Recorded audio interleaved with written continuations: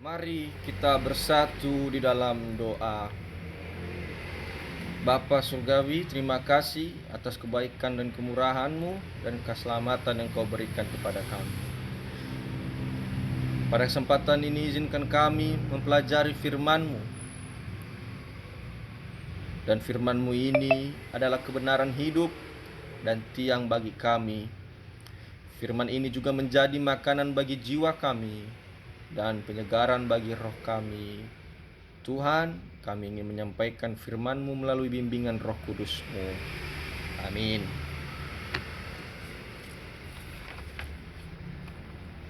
Pembacaan firman kali ini saya ambil dari Yesaya 42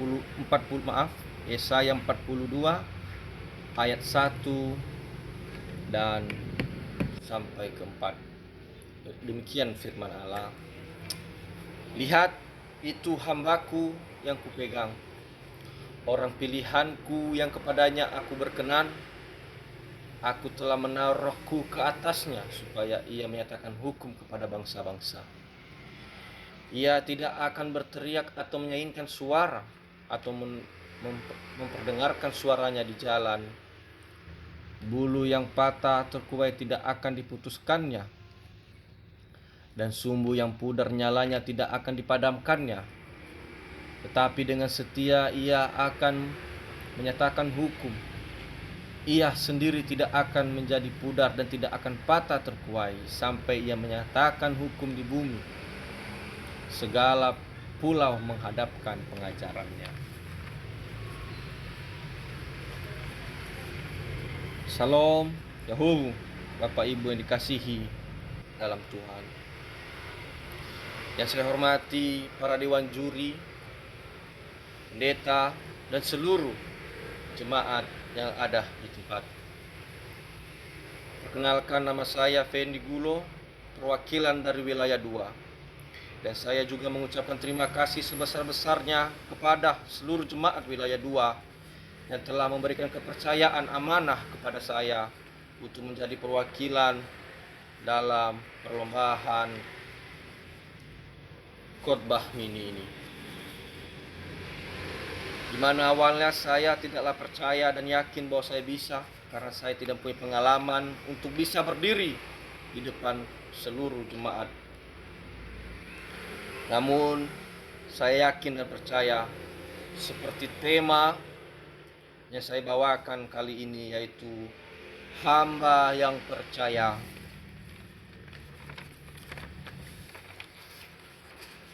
Bapak Ibu yang dikasihi oleh Tuhan Yesus Kristus, di dalam firman ini Nabi Yesaya dengan jelas menyatakan kepada kita semua bahwa Yesus adalah pilihan Allah yang diurapi dan diutus Roh Kudus untuk menyatakan keadilan hukum-hukum Allah kepada dunia ini. Dan Yesaya memakai istilah hamba. Istilah hamba dipakai dalam berbagai pengertian. Di dalam Alkitab menunjukkan kepada adanya seseorang atasan yang ditaati oleh sang hamba tersebut. Nah, di mana di dalam Alkitab kali ini hamba itu adalah sang Mesias yang dijanjikan Allah di perjanjian lama untuk menyatakan hukum-hukum, menegakkan hukum kebenaran pada seluruh bangsa-bangsa. Dan hukum-hukum yang dimaksud dalam sini bukanlah hukum yang menyakiti, yang mematikan, ataupun menyiksa umatnya. Melainkan hukum yang dimaksud oleh Tuhan ini dengan kasih, dengan cinta, agar bukan untuk membuat hambanya menderita, melainkan membuat hamba-hambanya kembali ke jalan yang benar, kembali ke jalan yang telah ditentukan oleh Allah untuk kebenaran dan untuk hidup yang lebih baik. Bapak Ibu, di dalam firman ayat 1 ini sudah jelas bagi mereka yang percaya adalah hamba-hamba pilihan Tuhan yang dikuatkan oleh Roh di atasnya. Seperti dinyatakan dalam ayat yang pertama, lihat, itu hambaku yang kupegang, orang pilihanku yang kepadanya aku berkenan. Aku telah menaruh rohku ke atasnya, supaya ia menyatakan hukum kepada bangsa-bangsa. Dan percayalah pada hari ini, dan saya percaya bahwa kita semua adalah orang-orang hamba-hamba pilihan daripada Allah di dunia ini. Kita percaya bahwa Yesus, bahwa Allah adalah kebenaran, kebaikan, dan juru selamat bagi kita. Dan dalam kehidupan kita, karena kita adalah manusia pilihan, hamba pilihan daripada Allah yang dikuatkan Roh di atasnya, maka marilah kita amanahkan tugas daripada Tuhan, yaitu menegakkan hukum-hukum, menegakkan kebenaran di atas jalan daripada Allah.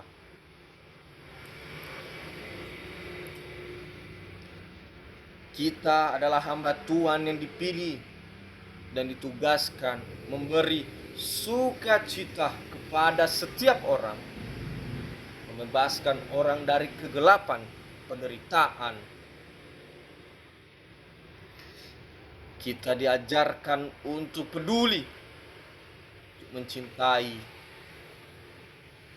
kepada sesama umat manusia, dan menyebarkan firman-firman Allah ke seluruh bangsa-bangsa. Bapak Ibu, kadangkala kita dalam menyebarkan firman Allah, cobaan banyak menghempas, banyak menimpa kita, sangat banyak. Seperti hal-hal yang kita lalui dalam sehari-hari, bekerja, masalah keluarga, dan lain-lain. Namun percayalah bahwa kita selalu dikuatkan oleh Roh Kudus-Nya, selalu dan selalu. Seperti bulu yang patah terkuai, Bapak Ibu, bulu yang patah yang terkuai, Tuhan janjikan tidak akan diputuskannya. Di mana secara kita main logika, bulu yang sudah patah itu tentulah lepas dari sayapnya, tentulah dia putus. Namun katakan di sini, bulu yang patah terkuai tidak akan diputuskan. Dan sumbu yang pudar, kalau sumbu yang pudar itu bagaikan api di lilin itu, sudah hendak mati, tapi tidak dipadamkannya oleh Tuhan kita. Akan tapi yang menyatakan hukum, semasa kita menyatakan hukum dan kebenaran, setia dan percaya bahwa Tuhan selalu menyertai kita dengan Roh yang kuat di atasnya, kita akan selalu diberkati dan diberikan kemudahan jalan untuk terus menegakkan kebenaran hukum-hukum Allah.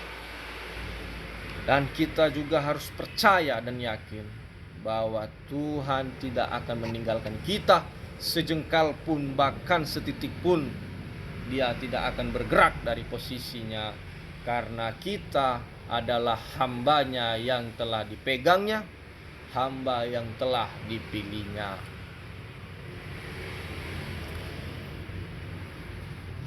Dan kita telah yakinkan, seperti dalam ayat ini, ia sendiri tidak akan menjadi pudar dan tidak akan patah terkuai sampai ia terus menegakkan kebenarannya.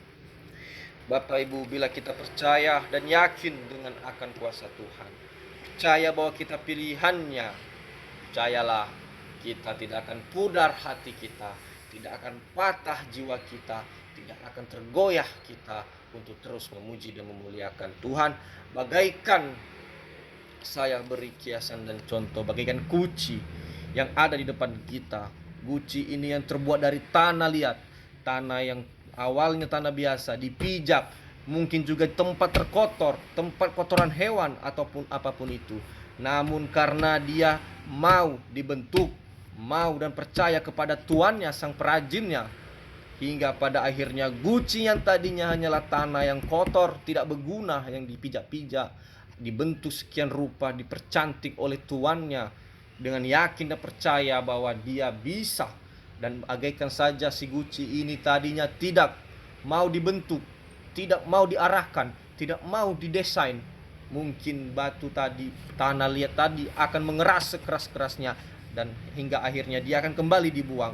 Tapi karena dia percaya Bapak Ibu, dia yakin kepada tuannya, dia ikuti tuannya dengan tulus. Dia percaya walaupun dia menderita awalnya, dia dioles, dia diaduk, dia dicampur dengan bahan lain, digoncang sana, digoncang sini, tapi dia percaya pada akhirnya Bapak Ibu, tanah liat tadi yang buruk rupanya, yang tidak ada gunanya, dan pada hari ini harganya bisa fantastis, bahkan puluhan, ratusan, bahkan miliaran harganya. Itulah salah satu contoh nyata yang kita lihat. Dan begitulah pula kita dalam kehidupan. Bila kita percaya dan yakin dengan Tuhan, terus menegakkan hukum-hukumnya, menjalankan kebenarannya, maka apapun yang akan kita hadapi, tebasan apapun, angin apapun yang kita terusi, percayalah Tuhan tak akan meninggalkan kita, namun Dia akan menjanjikan kepada kita hidup yang baik, lebih baik, bahkan sangat baik untuk kedepannya. Dan bila pun bukan di dunia ini, tapi percayalah nanti di surga Tuhan janjikan tempat terbaik, tempat terindah yang belum pernah engkau rasakan dalam dunia ini. Bapak yang saya kasihi dan saya muliakan semuanya, dalam ayat ini kita diajarkan untuk menjadi hamba-hamba Tuhan, karena kita adalah hamba Tuhan yang terpilih untuk terus menyebarkan kebaikan, menyebarkan kebenaran, hukum-hukum alam hingga ke seluruh orang tanpa memandang siapa dia dan mengapa dia, orang mana dia, agama apa dia. Tapi karena kita sama, semuanya adalah manusia ciptaan Allah itu sendiri. Kita bebaskan orang-orang dari kegelapan, penderitaan, dan sebagainya lainnya. Dan kita tumbuhkan rasa peduli yang tinggi pada sesama manusia. Maka percayalah hidup kita akan terang menerang. Meskipun hari ini engkau merasakan lelah, tapi esok Tuhan akan janjikan kebenaran dan kebaikan itu, diberikan imbalan yang terbaik daripadanya. Dan seperti saya bilang tadi, bila bukan di duniawi ini ia berikan, percaya dan yakinlah sebagai iman orang Kristen, nanti di surga ia akan memberikan tempat yang terbaik, seperti Yesus yang hamba yang dipilihnya dalam ayat ini. Dia menderita, disiksa, bahkan disalib dan mati, tapi ia naik ke atas surga, duduk di sebelah kanan Allah Bapa yang Maha Kuasa. Bapak, Ibu yang saya kasihi, mungkin dalam firman singkat ini, semoga Bapak Ibu bisa mengerti dan paham dengan segala tutur bahasa yang saya gunakan. Marilah kita menjadi orang yang berguna, menjadi hamba-hamba pilihan yang terbaik, dan menjadi juga tugas-tugas yang telah Tuhan berikan kepada kita. Kita jalankan dengan ikhlas dan tulus, dengan kasih, dengan cinta, dengan kebenaran.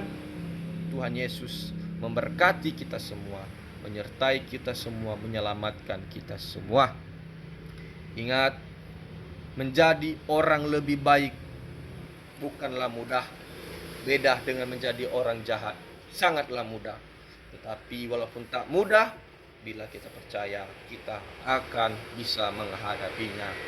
Sekianlah yang bisa saya sampaikan dalam kasih firman kali ini.